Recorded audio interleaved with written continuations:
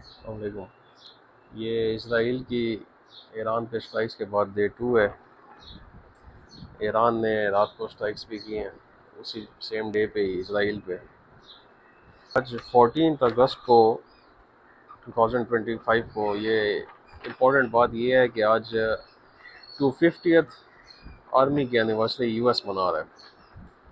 तो ये अब जब भी इसराइल की हिस्ट्री देखेंगे कि जब भी ओलंपिक्स चल रहा हो, जब भी फीफा वर्ल्ड कप हो रहा हो, कोई वर्ल्ड इवेंट किसी भी किस्म का हो रहा हो, जिसमें मैंने पहले भी जिस तरह बात की थी कि जब दुनिया की नज़र कहीं हो रहा हो, उस वक्त इसराइल गाज़ा हो, जिसको ये मोइंग द लॉन्स बोलते हैं, कि कुछ सालों बाद जो है एक ग्रास को जिस तरह मो करते हैं, तो वो ये टर्म यूज़ करते थे कि कुछ ना कुछ गाज़ा पे स्ट्राइक करनी है। उसके अलावा ये वेस्ट बैंक में भी ऐसे ही करते हैं।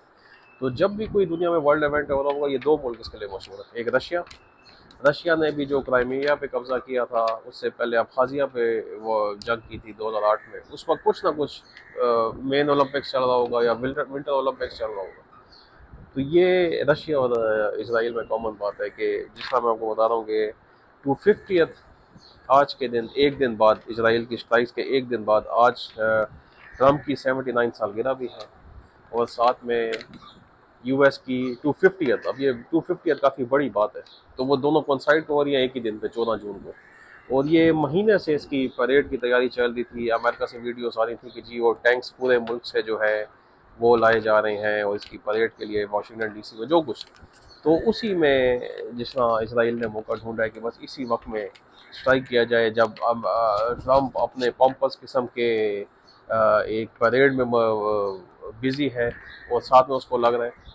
वो तो खैर एक अलग इशू है कि अब यूएस कितना ऑन बोर्ड था कि ये इसराइल की स्ट्राइक्स के साथ, कि ये उसकी मर्जी से हुआ है कि नहीं हुआ। जिस तरह ट्रम्प ने ट्वीट किया, ट्वीट में तो यही शो कर रहा है कि he was very well aware कि क्या हो रहा है।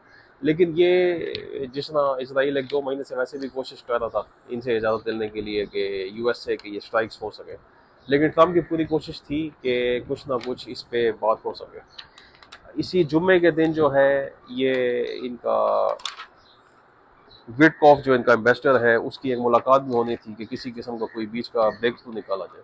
तो उसी के बीच में जब इसराइल ने स्ट्राइक की, तो ये बड़ा इंपॉर्टेंट है कि जब आज के दिन, अब आज अमेरिका में सेलिब्रेशन होगी, ये पूरा टॉपिक ही चेंज हो जाए, लोगों की नज़र उस बात पर ना आ जाए।